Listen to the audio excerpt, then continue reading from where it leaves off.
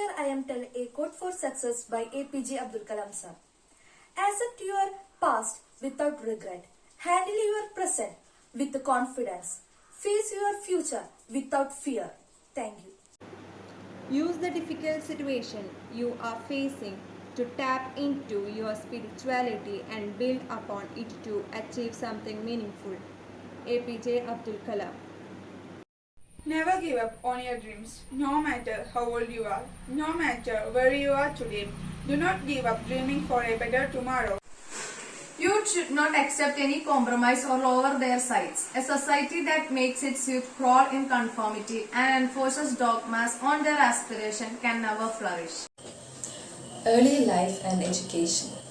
Abul Pakir Jainuddin Abdul Kalam was born on 15th October 1931 to a Tamil Muslim family in the pilgrimage center of Rameswaram on Pamban Island. His father Jainuddin Marakaya was a boat owner and imam of a local mosque. His mother Ashiyamma was a housewife.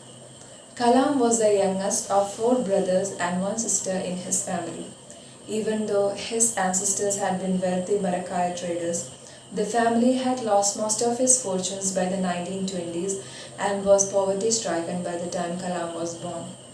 Marakaya are a Muslim ethnic found in coastal Tamil Nadu and Sri Lanka who claim descendants from Arab traders and local women. As a young boy, he had to sell newspapers in order to add to the family's meager income. With the opening of the Pamba Bridge to the mainland in 1914, however, the businesses failed and the family fortune and properties were lost over time apart from the ancestral home. In his school years, Kalam had average grades but was described as a bright and hardworking student who had a strong desire to learn. He spent hours on his studies, especially mathematics. After completing his education at the Squash Higher Secondary School, Ramanathapuram, Kalam went on to attend St. Joseph's College, Tiruchirappalli, then affiliated with the University of Madras, from where he graduated in physics in 1954. He moved to Madras in 1955 to study aerospace engineering in Madras Institute of Technology. He narrowly missed achieving his dream of becoming a fighter pilot as he placed 9th in qualifiers and only 8 positions were available in the IAF. APJ Abdul Kalam's education. In his school years, Kalam had average grade but was described as bright and hardworking student who had a great desire to learn. He spent hours on his studies, especially mathematics. After completing his education at Sachwat's Higher Secondary School, Ramanathapuram, Kalam went to attend St. Joseph College, Tiruchirappalli and then affiliated in the University of Madras, from where he graduated in physics in 1954. He moved to Madras in 1955 to study aerospace engineering in Madras Institute of Technology. While Kalam was working in the senior class project, the dean was dissatisfied with his lack of progress and treated to him not giving the scholarship, and if the project was to complete in next 3 days. Kalam met deadline, impressing the dean, who had later said to him, "I am putting you under the stress and asking you to meet difficult deadline." He narrowly missed achieving his dream of becoming a fighter pilot that he has placed in 19 qualifiers and only 8 positions were available in IAF. Hi everyone, I'm here to deliver a speech on Dr. APJ Abdul Kalam sir's post-presidency life. After leaving office, Kalam became a visiting professor at IIM Indore, IIM Shillong and IIM Ahmedabad, an honorary fellow at IAC Bangalore, Chancellor of Indian Institute of Space Science and Technology, Tirunelveli, Professor of Aerospace Engineering at Anna University, and unchecked at many other academic and research institutions across India. He taught Information Technology at International Institute of Information Technology, Hyderabad and Banaras Hindu University and at Anna University. In May 2012, Kalam launched a program for the youth called What Can I Give Movement as the central theme, defeating corruption. In 2011, Kalam was criticized by civil groups on his stand on the Kudamkulam nuclear power plant project. He supported the establishment of the nuclear power plant and was accused of not speaking to the local people about it. The protesters were hostile to his visit as they saw him as a pro-nuclear scientist and were unimpressed by the assurance he provided regarding the safety measures of the plant. By this, let me conclude my words. Thank you. Kalam served as the 11th President of India, succeeding K.R. Narayan in 2002. His term lasted from 25 July 2002 to 25 July 2007. The polling for presidential election began on 15th July 2002 in Parliament and the state assemblies. The count was held on 18th July. Kalam became the 11th President of Republic of India in an easy victory and moved into Rashtrapati Bhavan after he was sworn in on 25 July. Kalam acted on only one mercy plea in his 5-year tenure as president. Kalam supported the need of a uniform civil code in India, keeping in view the population of the country. At the end of his term, on 20 July 2007, Kalam expressed his willingness to consider a second term in office provided there was certainty about his victory. Good day to all.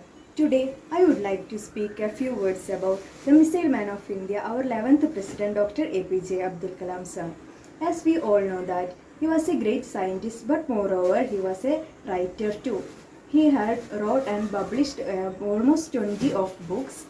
One of the best inspirational book is The Wings of Fire. It is an autobiography in 1999 published by University Press. It is really a great motivational for all the youth.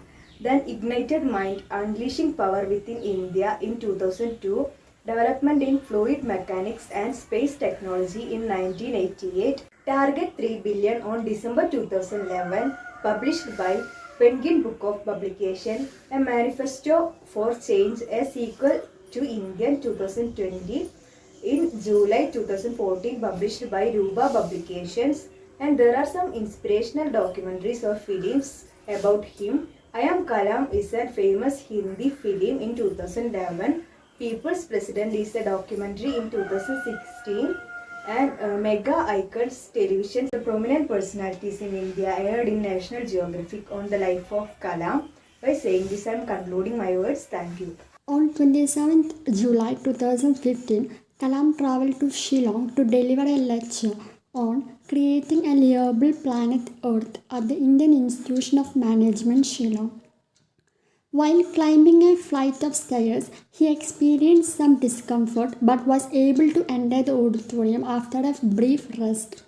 At around 6:35 p.m., only 5 minutes into his lecture, he collapsed. He was rushed to the nearby Bethany Hospital in a critical condition. Upon arrival, he lacked a pulse or any other signs of life. Despite being placed in the intensive care unit, Kalam was confirmed death of a sudden cardiac arrest at 7:45 p.m. His last words to his aide, Srijin Pal Singh, was reported, "Funny guy, are you doing well?"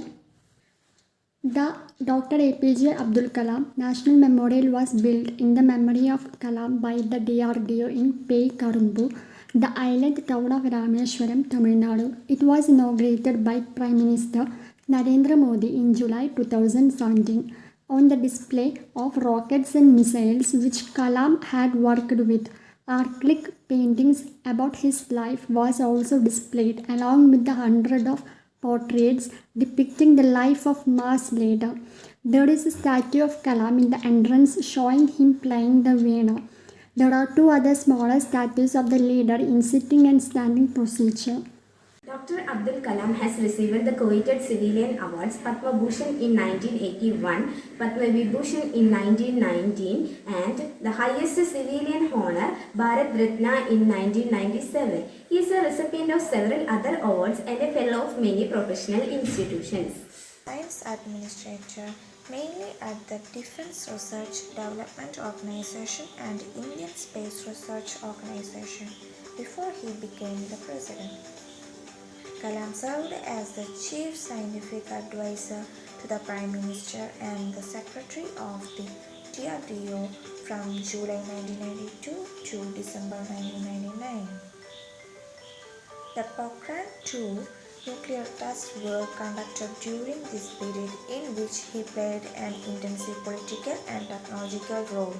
Kalam served as the Chief Project Coordinator Media coverage of Kalam during this period made him the country's best known nuclear scientist. He explored how defense or aerospace technology could be applied to save lives.